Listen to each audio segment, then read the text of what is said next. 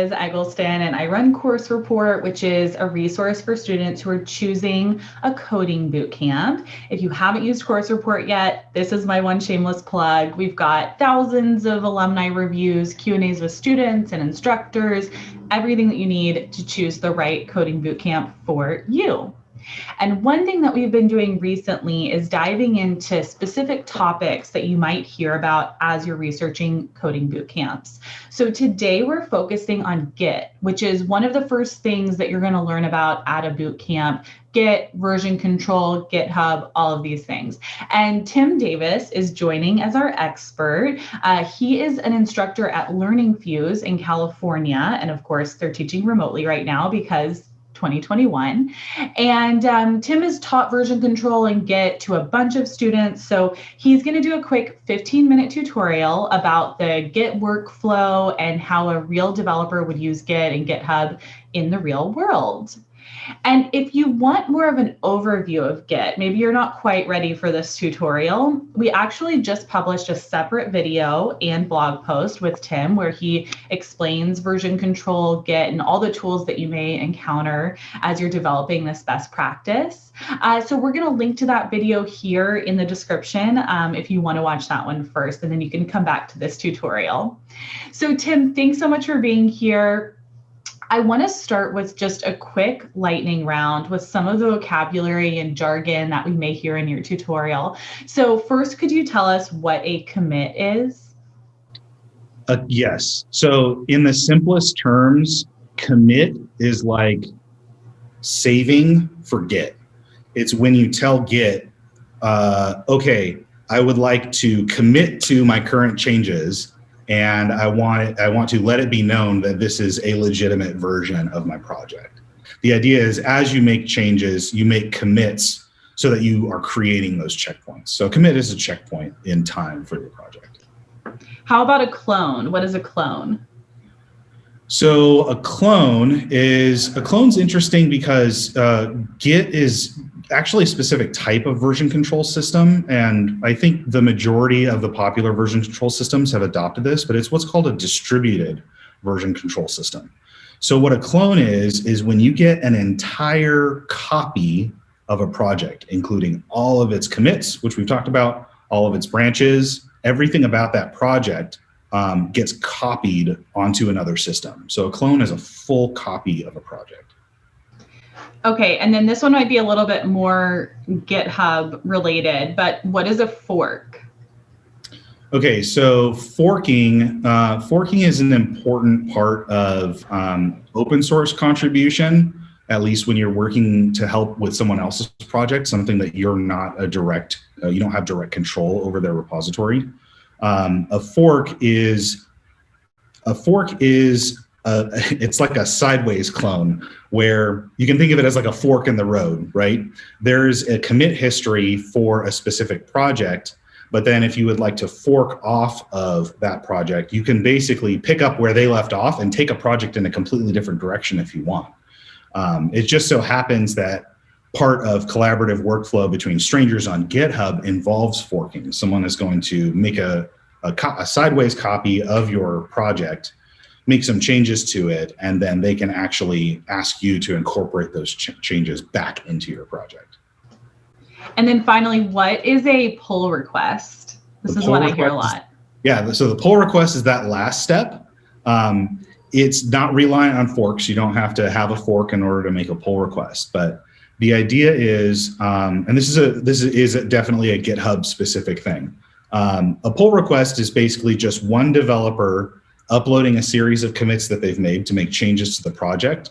And then they are basically creating a record on GitHub that notifies the maintainer of the main project. And they say, hey, I think that these changes to the project should be incorporated in the project proper.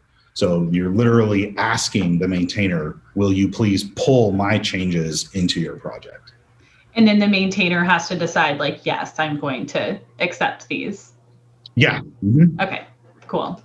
Cool. Okay, are there any other jargon vocab terms that you find yourself saying a lot when you're talking about Git that I'm missing?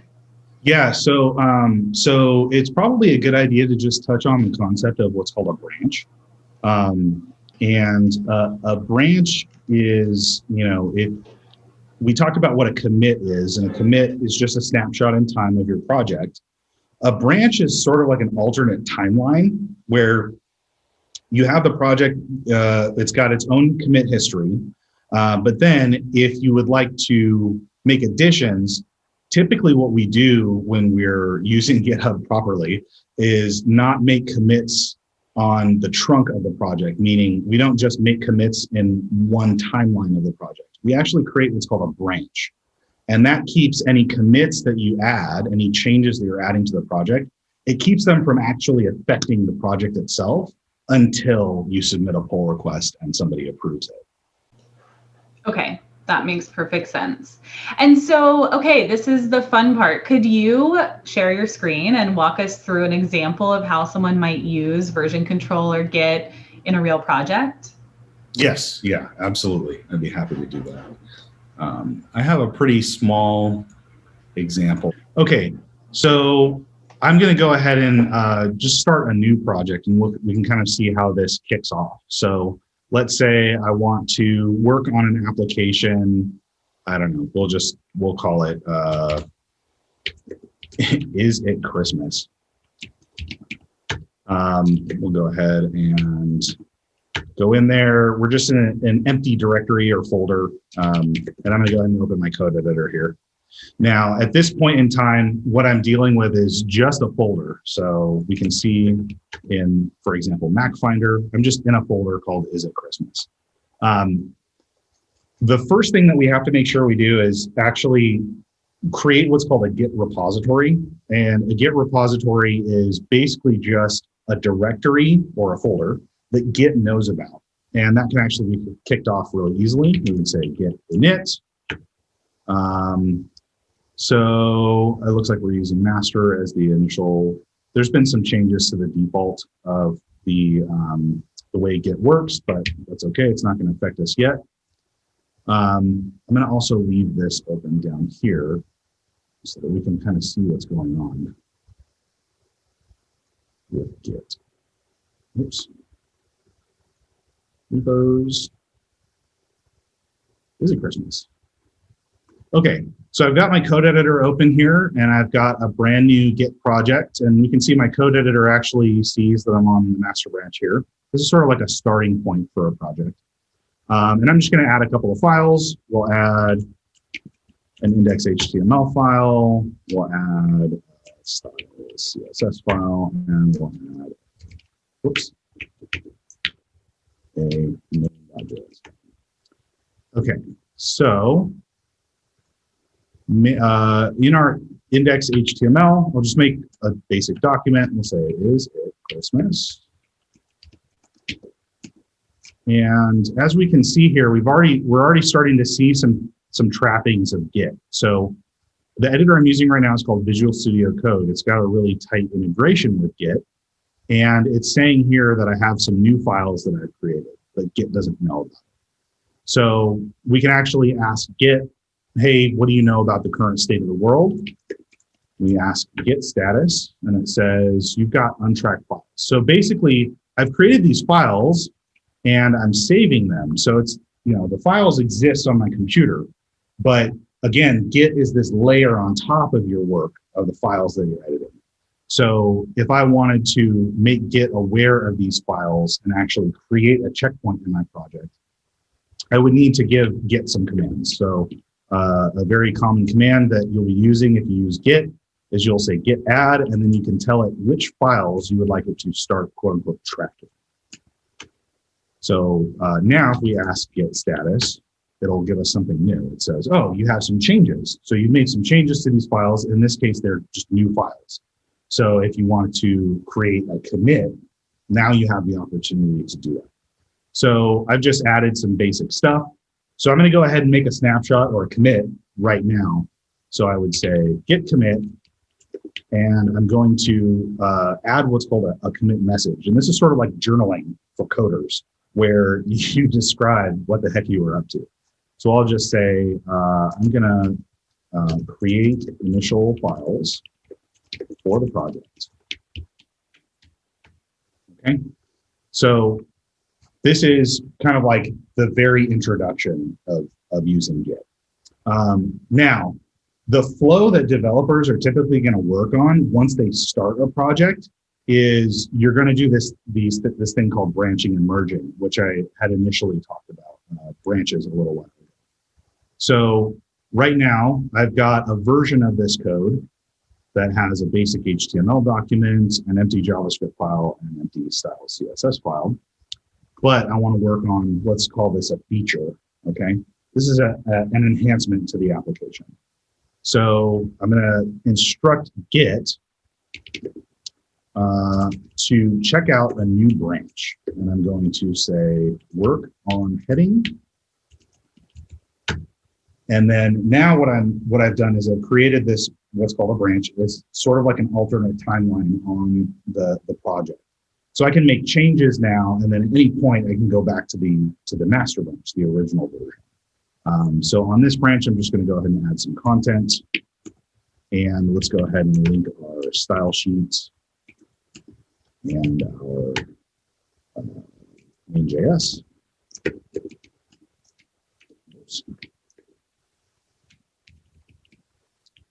And let's say, is it Christmas?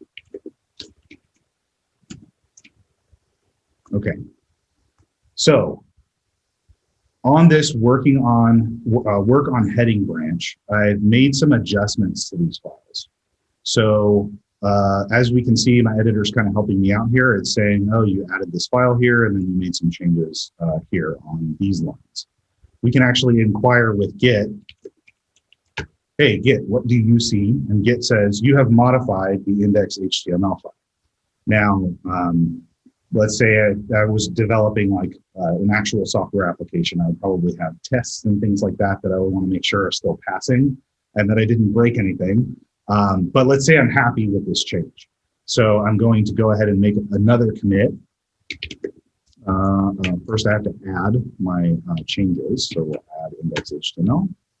Oops, git add index.html. We'll make another commit. I'm going to say added heading and linked JS and CSS files. Okay, so what Git has been doing while I'm making these commits is it's actually recording every single commit that I make. So we can actually look at what's been going on by running another command called git log. And git log will just make a dump of all of the commits that you've made that belong to this specific branch, okay? So initially I had created the initial files for the project, and then I had made some changes to my files, okay? So I kind of want to take a step back and talk about what exactly is going on here. But first, I would like to just sort of show what is happening when we quote unquote switch branches. So we already talked about how we have two branches. We had the initial commit was added when I was on the master branch, and then I checked out work on heading and I added an additional commit. So these files right now, they show what I added on working on heading, but if I want to switch back to my master branch, we can see that my file went back to the original version, okay? So this is how people can collaborate on the same files without stepping all over each other's toes. Like, I don't know if you've ever gotten in a fight with somebody on a Google Doc. You can start doing some weird stuff and trampling each other's changes and things like that. So what has basically transpired up until this point is we started off with an initial commit here on the master branch. And this was, I think I said something like create initial files. Okay. And then what I actually did was checked out a branch after I made that. And then I made an additional commit on this other branch here. And this is, this was added header.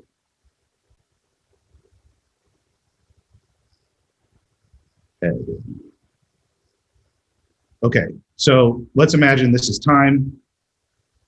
and the first commit was here, and the second commit was here. So really, when you're looking at a Git project, there's this kind of like through line on what we call trunk or master or main. And this is sort of like the shipping software. This is the finished, polished project. Right now, I have an additional commit, but it exists outside of this timeline here. This is our like master branch. So let's go ahead and put this thing on GitHub. GitHub.